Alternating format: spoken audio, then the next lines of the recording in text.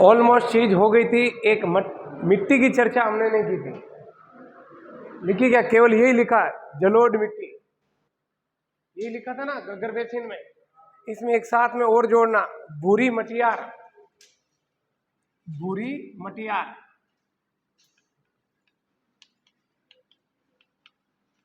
या रेवेरिना।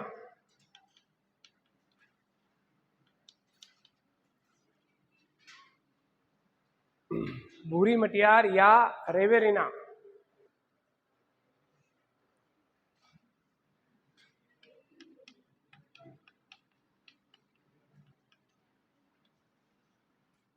ये आया था सवाल मनपुर।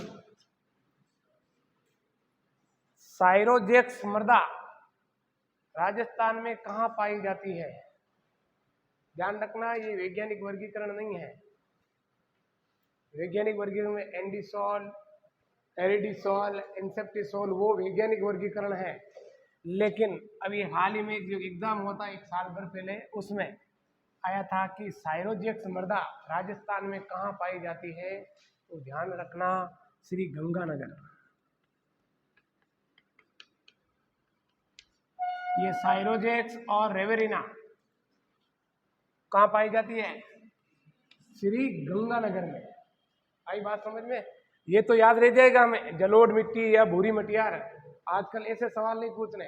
और ये एग्जाम करवाया था किसने? अधीनस्थ बोर्ड ने करवाया था। और अधीनस्थ बोर्ड ने ये पूछा था, साइरोजेक्स मृदा कहां पाई जाती है राजस्थान में?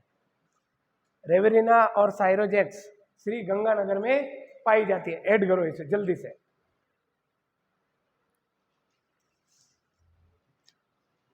साइरोजेक्स या सेवरिना मृदा श्री गंगानगर। एक और होती है जिप्सीफेरस।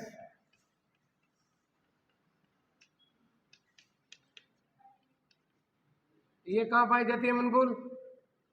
ये पाई जाती है आपके बीकानेर में। और एक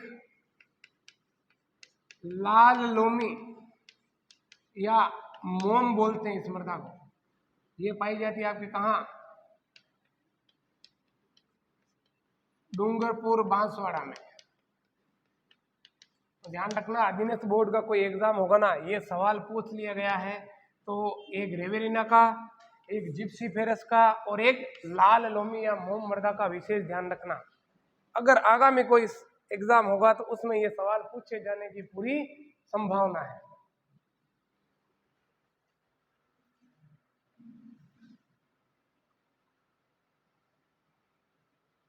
जिप्सीफेरस मृदा बीकानेर, लाल लोमी या मोम मृदा डूंगरपुर बांसवाड़ा।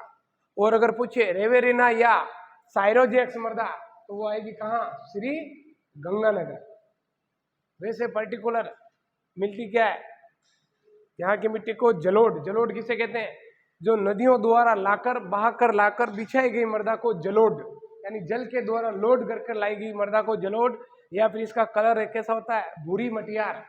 या फिर इसे और क्या कहते हैं? रेवेरिना या फिर साइरोजेक्स कहते हैं। तो ये नाम साथ में और ऐड कर लेना। एक जिप्सीफेरस मृदा है, वो है बीकानेर में।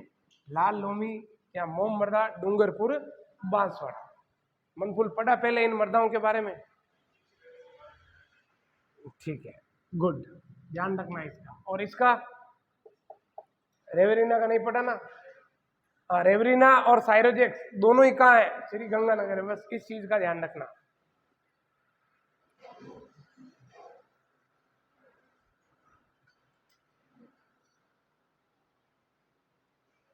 और ये जो कल हमने बड़ोपल गांव लिखा था, सेम समस्या से ग्रसित हनुमानगढ़ का गांव, ये ध्यान रखना। यहाँ पर एक पक्षी अभ्यारण्य भी क्या है? प्रस्तावित है। कल थोड़ा रह गया था, आप देख लेना, है ना। और ये जो सेम की समस्या है, इस समस्या को दूर करने के लिए हॉलैंड इंडो टच योजना प्रारंभ की गई है, हॉलैंड देश की सहायता से, ताकि इस क्षेत्र की सेम की समस्या को क्या किया जा सके? दूर किया जा सके। इंदिरा गांधी नहर जो जीर्ण अवस्था में है, उसका वापस मरम्मत कार्य किसकी सहायता से किया जाएगा? हॉलैंड इंडो टच योजना के तहत। और तो लगभग ऑलमोस्ट आ गया था कल। ओके, आज ये आपके राजस्थान बांगर कह दो या फिर अर्ध शुष्क मैदान या इसे अंत्य प्रवाही क्षेत्र। देखो अंत्य प्रवाही आंतरिक प्रवाही है तो नदी से ही संबंधित। एक तो नदी क्या हो रही है, किसी सागर या महासागर में नहीं जा रही है, और दूसरी चीज यहां पर क्या पाई जाती है, अवसादी चट्टानों में लाइमस्टोन यानी चूना, चूना बहुत ज्यादा पाया जाता है विशाल परत के रूप में। कहां पर, शेखावटी में। तो यहाँ की ये नदी क्या हो जाती है, भूमिगत हो जाती है, नीचे अंदर की तरफ, अंदर की तरफ बह रही है, इसलिए इसे और क्या कह सकते हैं हम, आंतरिक जल प्रवाह क्षेत्र भी कहते हैं। लिखो, वर्ड किसने दिया था, ये पहले ही लिखा दिया था मैंने, शेखावटी शब्द दिया था WN नार्डन ने।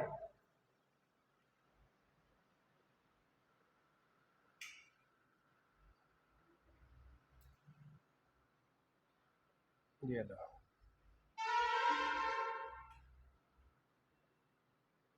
ठीक है ठीक है, आओ बैठ जाओ। अरे भाई कौन सा है, इसको नहीं पता, ये बार बार बंद हो रहा है। हो गया, ठीक है, आ जाओ सुष्मिता, जल्दी आ जाओ। ये लो, हाँ आ गए अपने आ गए, ठीक है। हाँ जल्दी से लिखो, शेखावटी क्षेत्र में सबसे पहले राजस्थान बांगर या अर्धशुष्क मैदान में हम दूसरा फिजिकल पार्ट ले रहे हैं, 4 भागों में बांटा था। गग्गर बेसिन हो गया था, अब आपके शेखावटी प्रदेश। इसमें लिखो, इस क्षेत्र को आंतरिक जल प्रवाही क्षेत्र भी कहते हैं। इस क्षेत्र को आंतरिक जल प्रवाही क्षेत्र भी कहते हैं।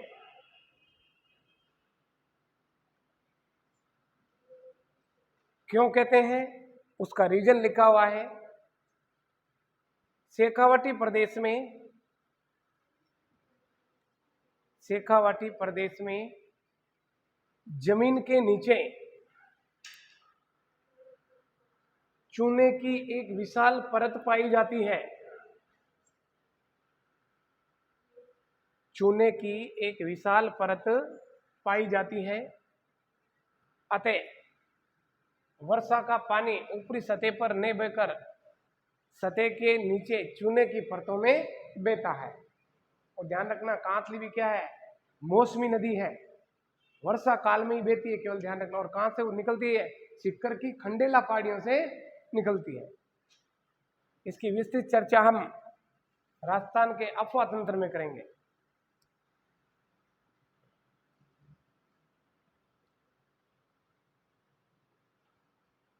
जब ये जिलों के नाम लिखो ना तो ध्यान रखना, चूरू से बाद लिखना सुजानगढ़, क्योंकि सुजानगढ़ अलग हो गया यहां से, लगभग यहां से अलग हो गया सुजानगढ़।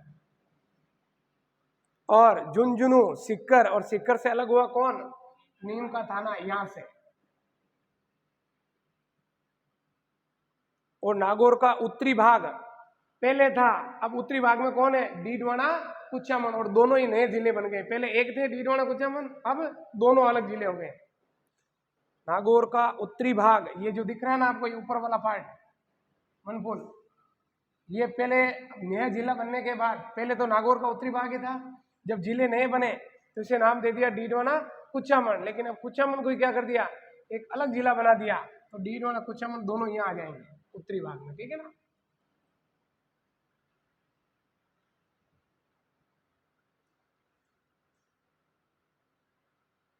तो बताओ, देखिए शेखावटी क्षेत्र में कितने जिले सम्मिलित हैं, चूरू, सुजानगढ़ 2, 3, 4, 5, 6 और 7 जिले क्या है इसमें शामिल है, किसमें, शेखावटी प्रदेश में।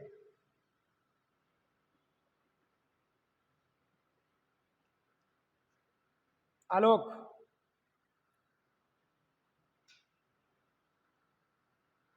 सही बात है, शेखावटी प्रदेश में धरातल के नीचे क्या है, ज्यादातर लाइमस्टोन है, ध्यान रखना। अवसादी चट्टानों का रूप कौन सा, चूना पत्थर जिसे हम कहते हैं। और एक चीज और आपको पता है, राजस्थान का सर्वाधिक गर्म जिला कौन सा है, चूरू। क्यों, क्योंकि यहां पर धरातल के नीचे क्या है, चूने के कारण ये बहुत ज्यादा जल्दी गर्म हो जाता है। बिल्कुल, सबसे ठंडा भी है, ठंडा चूना सबसे ज्यादा भी क्या हो जाता है, जल्दी ठंडा होता है। हाँ, आगे बढ़े, फैक्ट लिख लिया ये पूरा। चलो,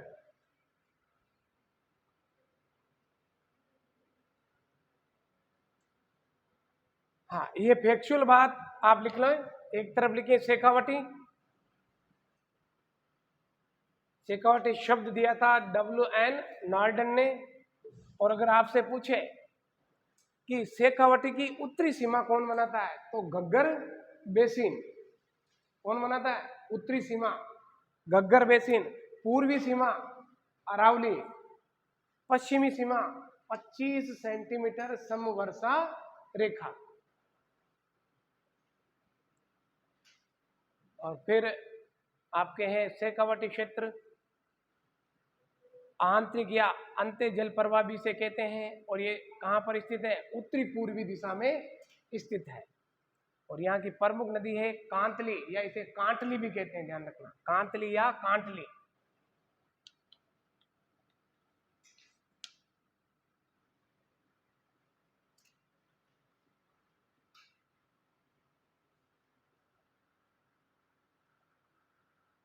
फिर आपके बरखान, बरखान कह दो, या फिर अर्धचंद्राकार बालू का स्तूप, जो सर्वाधिक कहां पाए जाते हैं? शेखावटी क्षेत्र में। और शेखावटी में भी कहा है? भालेरी चूरू में।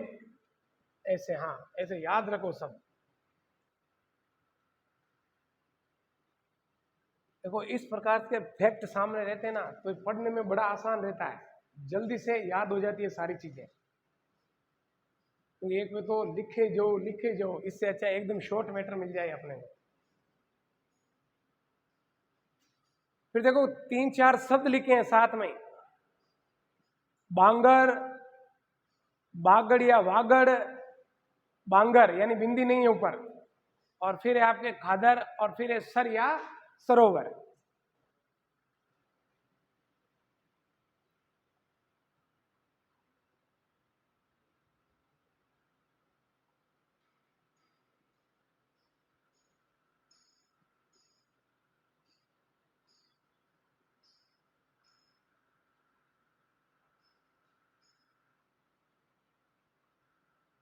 एक बार लिख लो, फिर समझा देता हूं।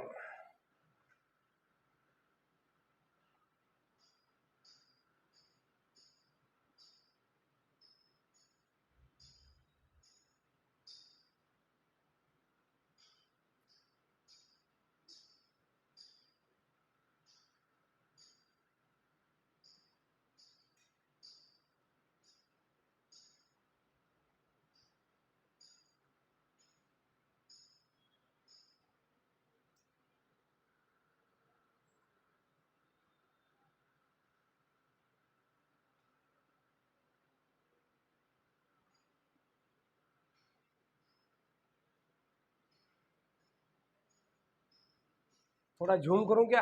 नहीं दिख रहा है तो? दिख रहा है ना? ठीक।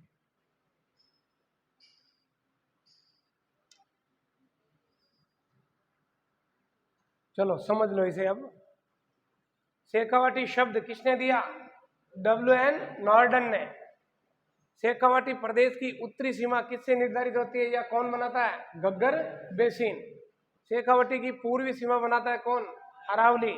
पश्चिमी सीमा बनाता है कौन? 25 सेंटीमीटर समवर्षा रेखा, या फिर 250 मिलीमीटर समवर्षा रेखा।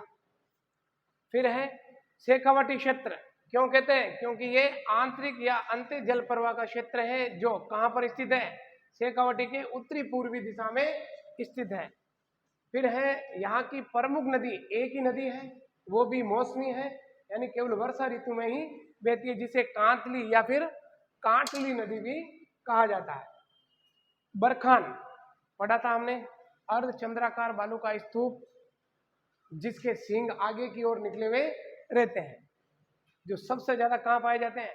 शेखावटी के एरिया में पाए जाते हैं मुख्यतः। और शेखावटी में भी कहाँ? चूरू के भालेरी गांव में। फिर है बांगर। बांगर क्षेत्र किसको कहा जाता है? शेखावटी प्लस नागौर, लेकिन अब नागौर नहीं लिखोगे, यहाँ क्या आएगा? डीडवाना कुचम के लिख लिया नागौर। थोड़ा कॉमन सेंस रखना, क्योंकि ध्यान रखना, अभी हमने थोड़ी देर पहले क्या लिखा था? कि नागौर का उत्तरी पार्ट पहले किस में आता था, शेखावटी में आता था। नए जिले बनने के बाद डीडवाना कुचामन, लेकिन अब दोनों ही नए जिले बन गए, तो यहाँ आ जाएगा आपके क्या, शेखावटी प्लस डीडवाना कुचामन। फिर है आपकी बांगड़ या वागड़, मिलता जुलता ही शब्द है, देखो बांगड़ या बांगड़ में कंफ्यूज मत होना, ऊपर से बिंदी हट गई है और रे की जगह क्या आ गया, रे या वागड़। डूंगरपुर प्लस बांसवाड़ा जो एरिया है उसे वागड़ या बागड़ कहते हैं। फिर है बांगर, अब बिंदी नहीं है, ध्यान रखना, जैसे हम चिंकारा और चिकारा में फर्क करते हैं। बताओ देखे क्या है चिकारा, ये वाद्य यंत्र है चिकारा। चिंकारा क्या है, गगन नगर का शुभंकर है। हाँ, एक बिंदी से पूरा मामला गड़बड़ हो जाता है ना। जैसे एग्जाम्पल भी दिया था विमल पान वाला, दाने दाने में है केसर का दम, है ना। फिर बात करते हैं बांगर। बांगर क्या होते हैं, मैंने बात की थी, प्राचीन समय में जो नदियां बह रही थी, प्रतिवर्ष नई मृदा का जमाव हो तब तो वो क्या कहलाएगा, खादर। और अब नदी नहीं बह रही है, केवल प्राचीन जलोढ़ मृदा है, तो उसे क्या कहते हैं, बांगर मृदा, जो अनुपजाऊ क्षेत्र होता है लेकिन प्राचीन नदियों वाला एरिया होता है। फिर है खादर, नदियों का उपजाऊ भाग, यानी प्रति वर्ष नई मृदा का जब जमाव होता है, नवीनतम जलोढ़ मृदा, उसे क्या कहते हैं, खादर कहते हैं। हालांकि ये खादर अपने शेखावटी से संबंधित नहीं है, ध्यान रखना। खादर राजस्थान में कहीं नहीं पाए जाते। पाए जाते हैं क्या, बताओ देखिए, पाए जाते हैं तो नहीं पाए जाते। खादर पाए जाते हैं उत्तर के विशाल मैदान में, वहां खादर और बांगर दोनों पाए जाते हैं। फिर है सर या सरोवर, यानी जो पहले प्राचीन समय में जो नदियां बह रही थी अनुपजाऊ मृदा वाले पार्ट में, जो उबड़ खाबड़ जगह है, उसमें जहां जल इकट्ठा हो जाता है उस निम्न भूमि को क्या कहते हैं, सर या सरोवर कहते हैं। जैसे एग्जाम्पल लिखना चाहो तो लिख लो, सालासर, जस्सू सर, ये सारे क्या है, सर या सरोवर के उदाहरण है। सालासर, जस्सू सर,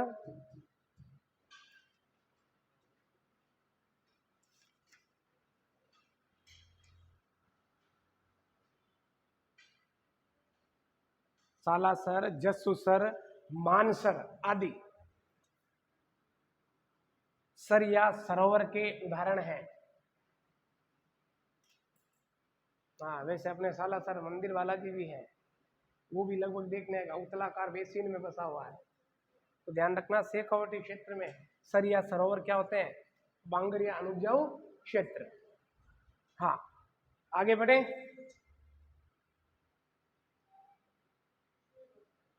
कुछ नहीं, रुक जाओ, अभी अभी कुछ नहीं लिखना है।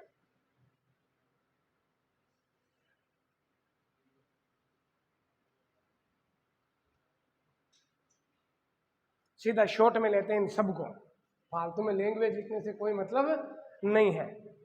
शेखावटी लिख लो, एक तरफ लिखो जोहड़, चोबी, नाडा, बेरा, बीड़, बीड़ा और बीहड़, एक साथ में क्लियर हो जाएगा ये पूरा। ये लो, ये भी मुड़ गया। तो शेखावटी क्षेत्र में आलोक जो कच्चे कुएं होते हैं उनको क्या कहते हैं, जोहड़ कहते हैं। और चोबी किसे कहते हैं, जोहड़ का सबसे जो गहरा भाग होता है, यानी कच्चे कुओं का सबसे गहरा भाग, उसे चोबी कहते हैं। और नाडा, शेखावटी में जो पक्के कुएं, ध्यान रखना, एक बार पुलिस कांस्टेबल में एग्जाम में क्वेश्चन आया था, शेखावटी में कुओं को कहा जाता है, ऑप्शन में जोहड़ नहीं था, केवल क्या दे रखा था, नाडा दे रखा था, और उससे ही उत्तर माना गया है। यानी ना तो कच्चा शब्द जोड़ा, ना ही पक्का शब्द जोड़ा। भाई पर्टिकुलर अगर कच्चा शब्द जोड़ देता तो आंसर हो जाता क्या, जोहड़, और पर्टिकुलर पक्के कुएं अगर नाम ले लेता तो क्या हो जाता, नाडा हो जाता। यानी ना तो कच्चा कुआं था ना पक्का कुआं लिखा हुआ था क्वेश्चन में, केवल यही लिखा हुआ था, शेखावटी में स्थानीय भाषा में कुओं को कहा जाता है नाडा। ठीक है। नाडार, बेरा, बेरा कहा जाता है ढूंढाड़, जो जयपुर के आसपास वाला एरिया है, वहां पर स्थानीय भाषा में इसे क्या कहा जाता है, बेरा कहा जाता है। तो ध्यान रखना, कभी सवाल ऐसा भी आ सकता है, जोहड़ दे दिया, नाडा दे दिया और बेरा दे दिया और चोबी दे दिया, निम्न में से शेखावटी प्रदेश से संबंधित नहीं है, तो ध्यान रखना कौन, बेरा। लिखा है साथ में ताकि आपका कंफ्यूजन नहीं रहे किसी भी चीज में। नहीं समझे? समझ? बेरा, ढूंढाड़, ये जयपुर के आसपास वाला जो हिस्सा है, जो शेखावटी से तो अलग ही है, वहां पर कुओं को क्या कहा जाता है? स्थानीय भाषा में बेरा कहा जाता है। और बीड़, शेखावटी के आसपास जो घास के मैदान डेवलप होते हैं उनको क्या कहते हैं? बीड़ कहते हैं। और बीड़ा, ढूंढाड़ घास मैदान यानी जयपुर के आसपास वाला। बीहड़ यानी चंबल, जिसे हम रेवाइंस कहते हैं, या फिर बेड लैंड टोपोग्राफी या उत्खात भूमि प्रदेश कहते हैं।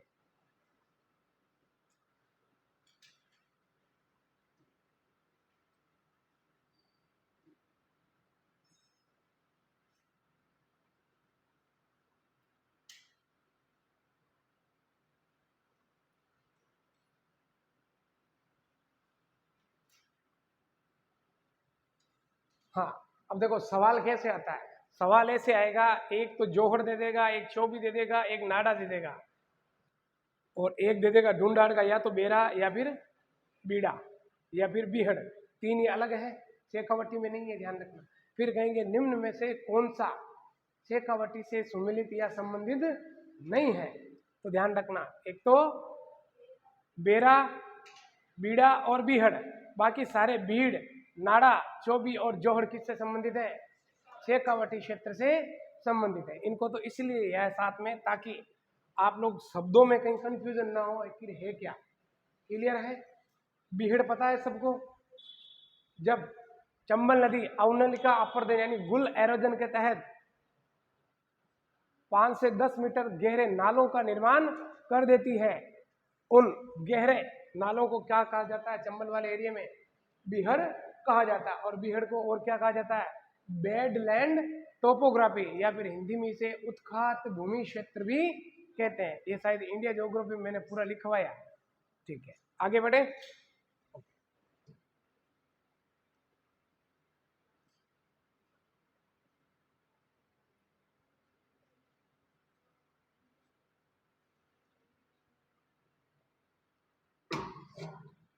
ये भी लिख लो, शेखावाटी। शेखावाटी को और क्या कहते हैं? तोरावाटी भी कहते हैं। और तोरावाटी क्यों कहते हैं? कांकली नदी का जो परवा क्षेत्र है उस पूरे क्षेत्र को क्या कहते हैं? तोरावाटी कहते हैं। अब आगे तोरावाटी की पहाड़ियां वो कहां पाई जाती है? सिक्कर में है। तो सिक्कर कहां? शेखावटी में, लेकिन मेनली कहां है? सिक्कर, झुंझुनू। अब सिक्कर से अलग कौन हुआ? नीम का थाना। तो तीनों आ जाएंगे, ध्यान रखना है। केवल शेखावटी करके आगे लिख लेना, सिक्कर, झुंझुनू और नीम का थाना। देखो मैं ये तो केवल आइडिया से लिखा रहा हूं, ध्यान रखना। आइडिया का मतलब समझ रहे हो? लगभग ऑलमोस्ट आएगा इसमें, लेकिन जब हम क्लाइमेटोलॉजी पढ़ेंगे ना उस समय पता चलेगा कौन सा क्लाइमेट के लिए कौन सा क्षेत्र में स्थित है। ठीक है। फिर है तोरावाटी की पहाड़ियां हो गई। फिर है शेखावटी ब्रिगेड। इसकी स्थापना हुई थी 1835 में और इसका मुख्यालय कहाँ था? झुंझुनू था, ध्यान रखना।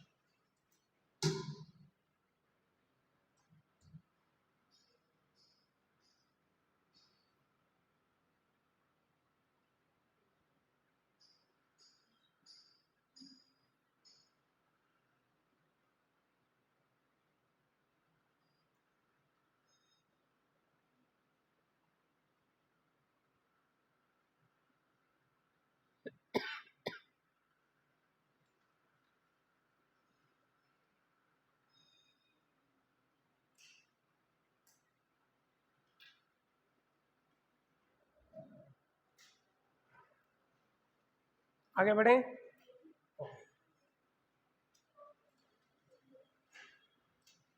राजस्थान भांगरिया अर्ध शुष्क में जो शेखावटी है वो शेखावटी त्रिकोण के नाम से जाना जाता है। चूरू, सिक्कर, झुंझुनू, और इसमें अब एक शामिल हो जाएगा और कौन? आपके नीम का थाना। शेखावटी शब्द W.N. नॉर्डन ने दिया। अब शेखावटी की क्या प्रसिद्ध है? हवेलियां प्रसिद्ध है और यहाँ के जो भित्ति चित्र है वो काफी प्रसिद्ध है। तो और एक यहाँ 2003 में क्या चली थी? फेयर क्वीन ट्रेन भी चली थी शेखावटी एरिया में। चलिए आलोक, याद नहीं है, डेट लिख लेना। है ना, 2003 में है। और क्या कहते हैं, फेयर क्वीन, कोई बात, हरिंदर जी से पूछना, कल्चर के बारे में, हिस्ट्री के बारे में वो ज्यादा जानते हैं मेरे। लेकिन एक ऐड जरूर कर लेना, जिला कौन सा, नीम का थाना। तो नीम का थाना ऐड करेंगे तो इसमें सुजानगढ़ भी आएगा, ध्यान रखना, क्योंकि चूरू से अब अलग हो गया कौन, सुजानगढ़।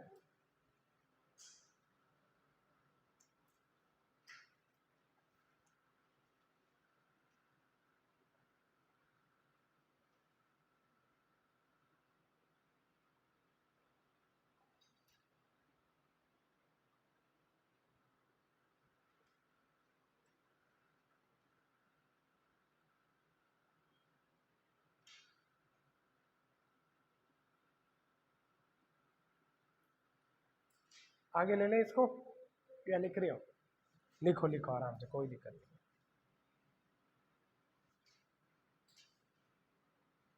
भित्ति चित्र किसे कहते हैं भाई, भित्ति का मतलब वॉल यानी दीवार, दीवारों पर जो बने चित्र होते हैं उन्हें भित्ति चित्र कहते हैं।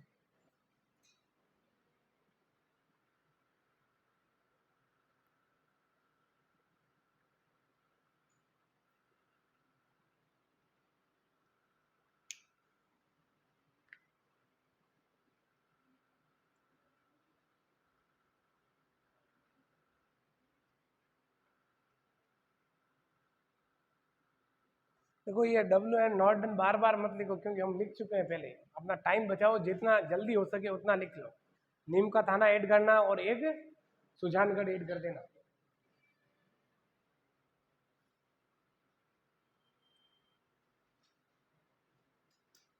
फिर देखो ऑलमोस्ट आपके शेखावटी क्षेत्र से संबंधित जितनी भी बातें थी वो हमने लिख ली, एक चीज नहीं लिखी, याद करो। राजस्थान का कल्प वृक्ष खेजड़ी जो सर्वाधिक कहाँ पाई जाती है, शेखावटी एरिया में ही पाई जाती है, और वो भी कहाँ पर, बरखान टीलों के ऊपर या बरखान टीलों के पास में।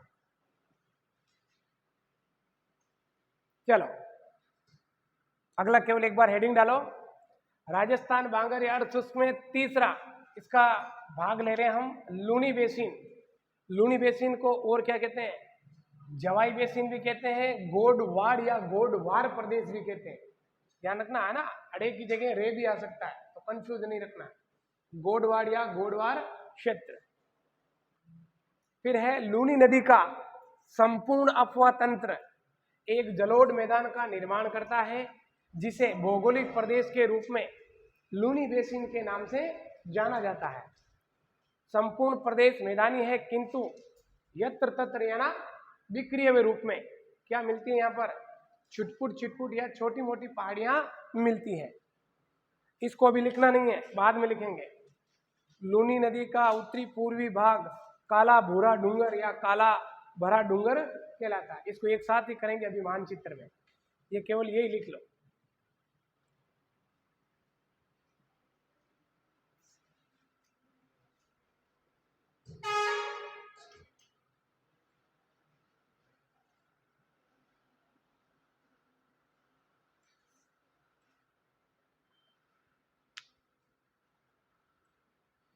देखो भाई, जिनको ये पता है ना नवीनतम जिला के गठन, मैं कहता हूं उनका सवाल कहीं गलत नहीं होगा, समझ रहे हो। जैसे हमने उस दिन लिखा था, मरुस्थलीय प्रदेश में कितने जिले सम्मिलित हैं, कितने, 21। हाँ, वो तो जिले जब पता रहेंगे तब पता चले ना, वैसे मैंने दिखा दिया, लेकिन जो नए आए उनको नहीं पता। अपडेट कर लेना है ना आप सभी जो नए हो।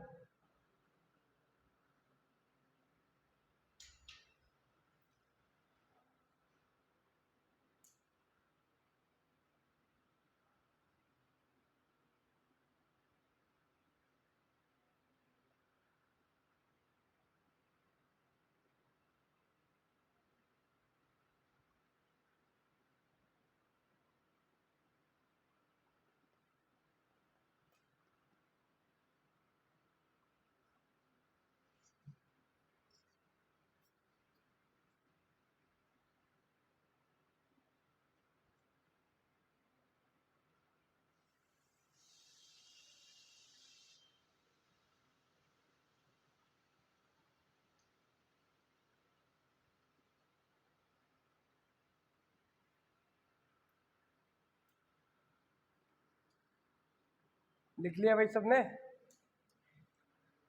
थोड़ी स्पीड रखो देखो।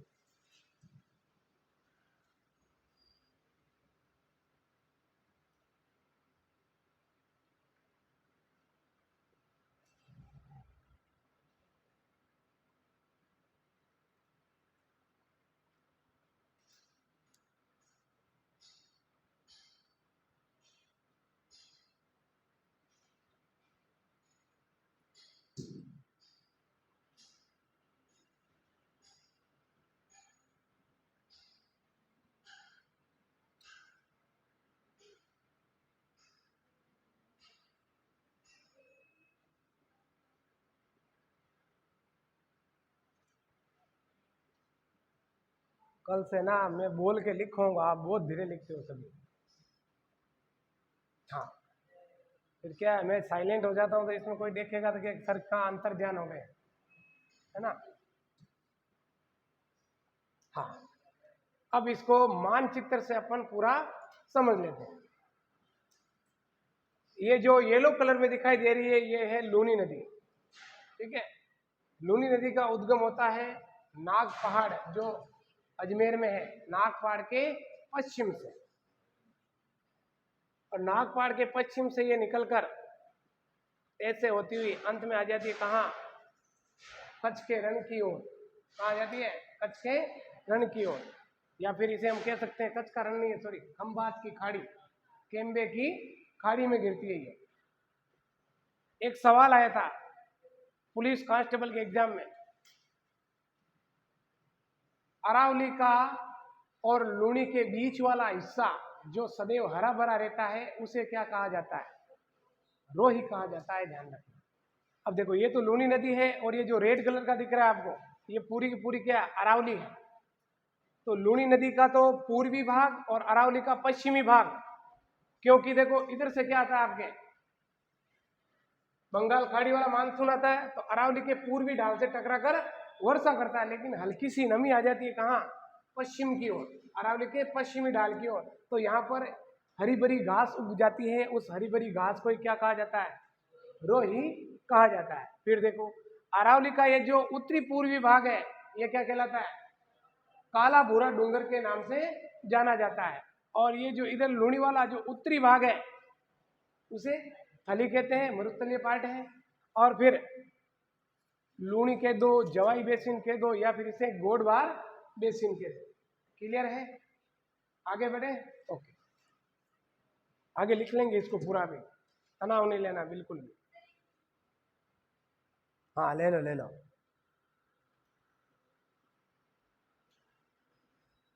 अब इसको तो कर दे बंद। हाँ लेना है जो ले लो भाई, 1 मिनट लेना है किसी को? ओके, बंद कर दे इसे।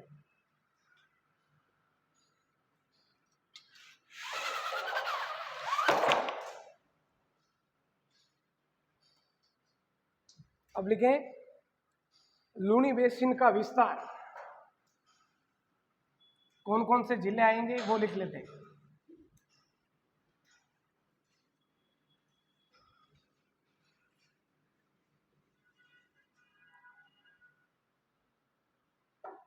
लूनी बेसिन का विस्तार लिखें, पाली, जालोर,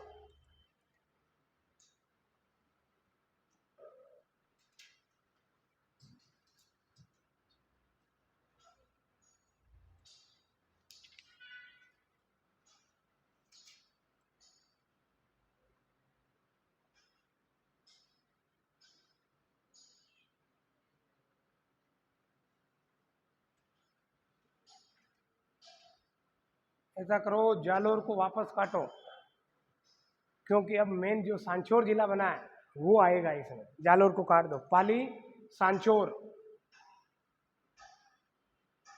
बालोतरा, बाड़मेर, अजमेर,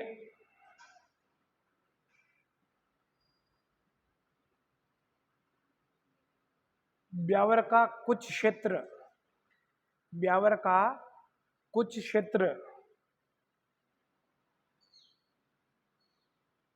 सिरोही, जोधपुर,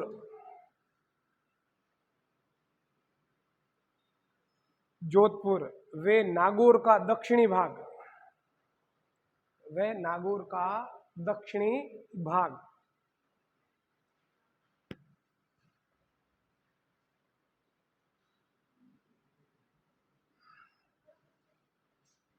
फलोदी कहां से आएगा?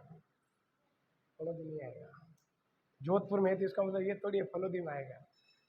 फलोदी तो राजस्थान का सबसे सुस्तम स्थान है। आएंगे तो लिखा देंगे, आप तनाव मत लो। हाँ, फिर लिखे रोही, हेडिंग देके लिखे रोही। सवाल आया हुआ है, ध्यान रखना। ये रोही में लिखे लूनी बेसिन में, लूनी बेसिन में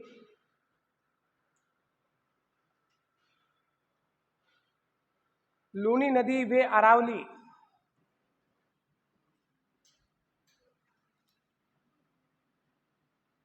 लूनी नदी व अरावली के बीच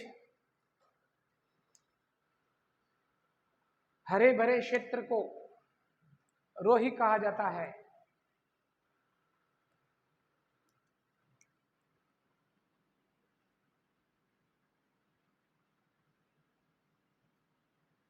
काला भूरा डूंगर,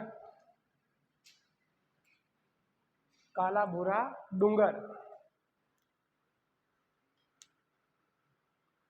लूनी बेसिन के उत्तरी पूर्वी भाग पर स्थित,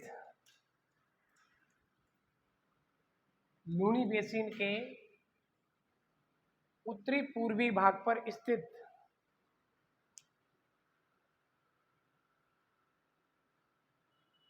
क्षेत्र काला भूरा डूंगर कहलाता है।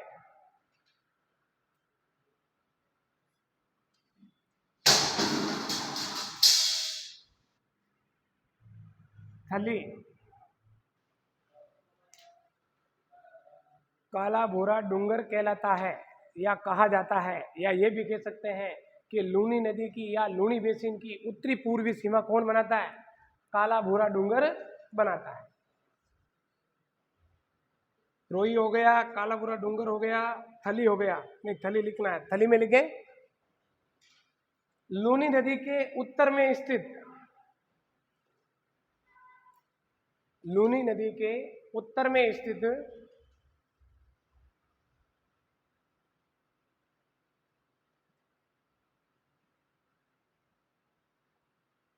लूनी नदी के उत्तर में स्थित मरुस्थलीय भाग को थली कहते हैं।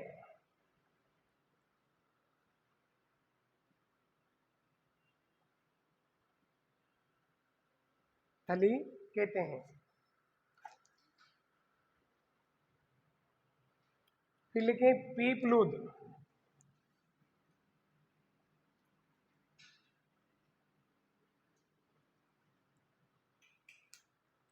पीपलूद में लिखें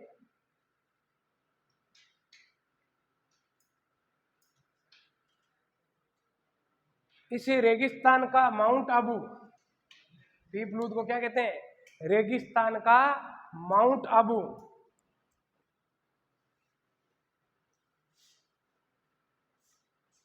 या राजस्थान का लघु माउंट आबू कहा जाता है। इसे रेगिस्तान का माउंट आबू या राजस्थान का लघु माउंट आबू कहा जाता है।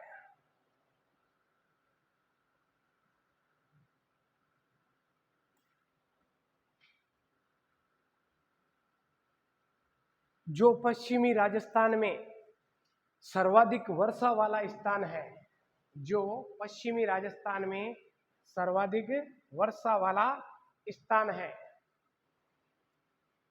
बता दो जल्दी से, कहाँ है पीपलूद? बालोतरा।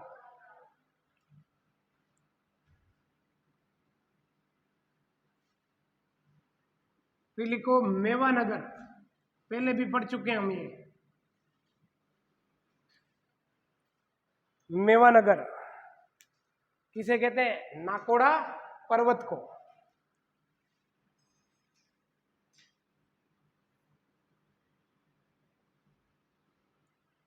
मेवानगर नाकोड़ा पर्वत, ये भी कहाँ है?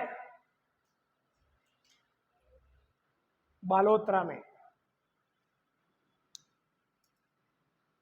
बालोतरा में है ना। यानी अगर आ जाए कि राजस्थान का मेवानगर किसे कहते हैं? नाकोड़ा पर्वत बालोतरा को क्या कहते हैं? राजस्थान का मेवानगर कहते हैं। यहां पर एक तीर्थ स्थल है, पता है किसी को? जैन धर्म का।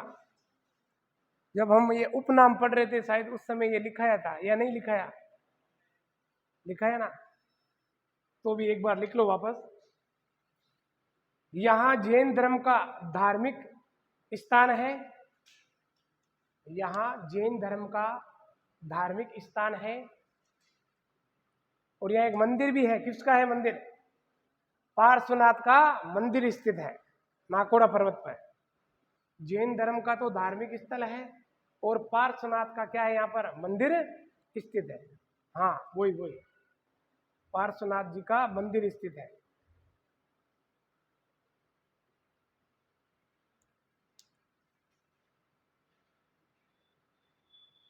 फिर लिखे 56 की पहाड़ियां।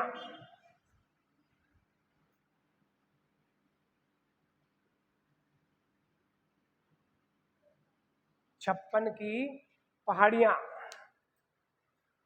या इनको 56 गोलाकार पहाड़ियां भी कहते हैं, ध्यान रखना। 56 की पहाड़ियां या फिर 56 गोलाकार पहाड़ी, ये भी कहाँ स्थित है? बालोतरा में। पहले बाड़मेर में थी, अब बालोतरा में। इसमें लिखे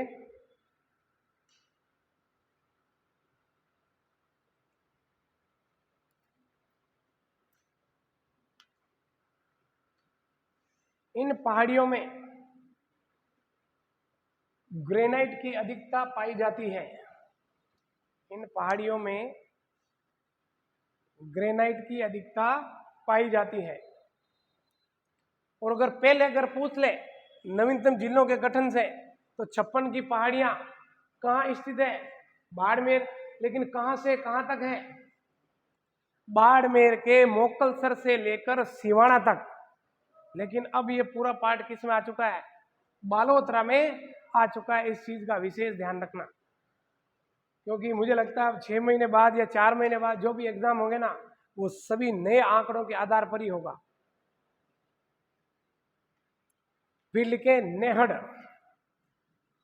ये काफी बार पूछा गया है। नेहड़,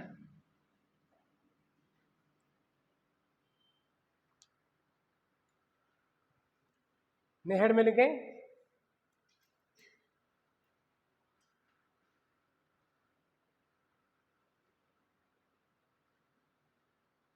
100 वर्ष पूर्व, 100 वर्ष पूर्व यहां समुद्र का अतिक्रमण था। 100 वर्ष पूर्व यहां समुद्र का अतिक्रमण था।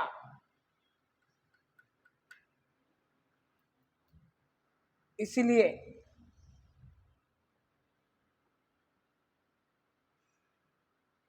इसे नेहड़ कहा जाता है। इसीलिए इसे नेहड़ कहा जाता है।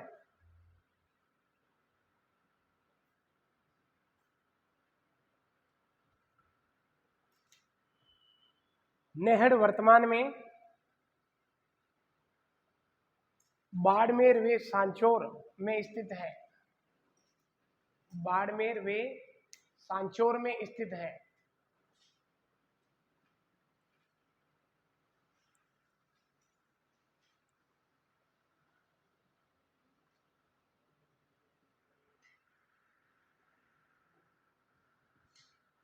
इस बात को समझिए आप, यानी लूनी नदी के उद्गम के पश्चात जब ये सागर में विलीन होती है, कच्छ की खाड़ी में, वो जो दलदली पार्ट है जो किसको छू रहा है? बाड़मेर और जालोर को छूता था पहले, लेकिन अब जालोर से अलग हो गया कौन? सांचौर।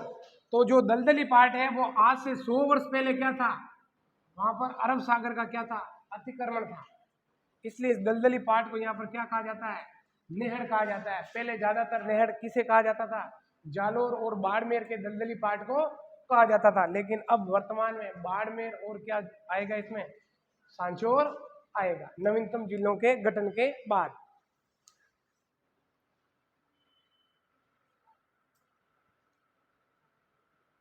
सांचौर को क्या कहा जाता है? राजस्थान का पंजाब। उपनाम कर लिए थे हमने, ठीक है, लिखने की आवश्यकता नहीं है। फिर लिखें सेंदड़ा।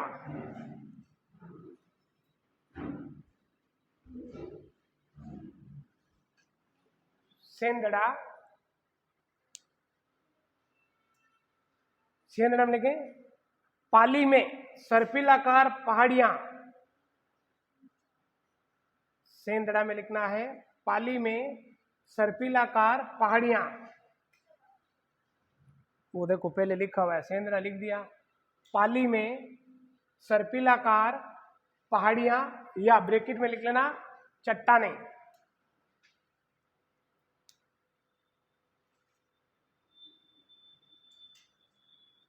आ जाए कि राजस्थान में सर्पिलाकार पहाड़ियां या चट्टानें कहाँ स्थित है? सेंदड़ा पाली में है। नेक्स्ट लिखें लूनी बेसिन का प्रमुख बांध जवाई बांध। प्रमुख बांध जवाई बांध,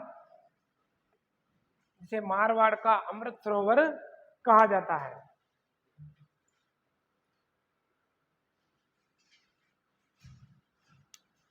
और अंतिम लिख लें लूनी बेसिन की प्रमुख नहर। लूनी बेसिन की प्रमुख नहर कौन सी है? मन बोल। नर्मदा नहर, यानी जो नर्मदा नदी है। चलो याद आ गया, बताओ नर्मदा नदी का उद्गम बताओ। अमरकंटक की पहाड़ियां कहाँ है? विंध्याचल में या सतपुड़ा में है? पहाड़ियां साफ हो गया है? सतपुड़ा पे है। और यहां से 3 नदियां निकलती है, पता है आपको? नर्मदा जो पश्चिम से पूर्व की ओर बहकर ब्रंश घाटी में बहती हुई भारत की पूर्णतया ब्रंश घाटी में बहने वाली नदी कौन सी?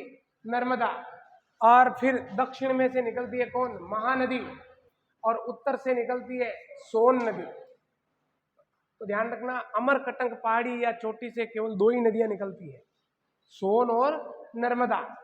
जबकि महानदी जो है वो मैकाल पर्वत श्रेणी के दक्षिणी भाग से निकलती है। मानचित्र बनाकर भी बताया था, लेकिन ज्यादातर कंफ्यूज रह जाता है, क्योंकि मैकाल पर्वत श्रेणी पर क्या है? अमरकंटक चोटी है ऊपर, उस चोटी से उत्तर की ओर तो निकल रही है, उत्तर से सोन नदी, जो आगे चलकर किस में मिल जाती है? गंगा में। और अमरकंटक चोटी के पश्चिमी ढाल से निकलती है कौन? नर्मदा। क्लियर? तो नर्मदा जो नहर है, तो ध्यान रखना वो किस बेसिन या राजस्थान के किस फिजिकल पार्ट से संबंधित है? अर्ध शुष्क या राजस्थान बांगर में भी कौन सा? लूनी बेसिन या गोडवाड़ प्रदेश से संबंधित है। अब बताओ जल्दी से, इस नहर से किन जिलों को जल मिलता है? बाड़मेर का गुड्डा मलानी, और पहले था केवल जालोर, अब जालोर के साथ क्या आएगा? सांचौर भी आएगा। ठीक है ना? वो हम जब हम नहरें वगैरह पढ़ेंगे ना, उस समय ये क्लियर हो जाएगा। ऐसे ही बात आगे बीच में बता रहा हूं। ठीक है, आज के लिए इतना ही। सभी को धन्यवाद। हाँ सिद्धार्थ, नर्मदा नहर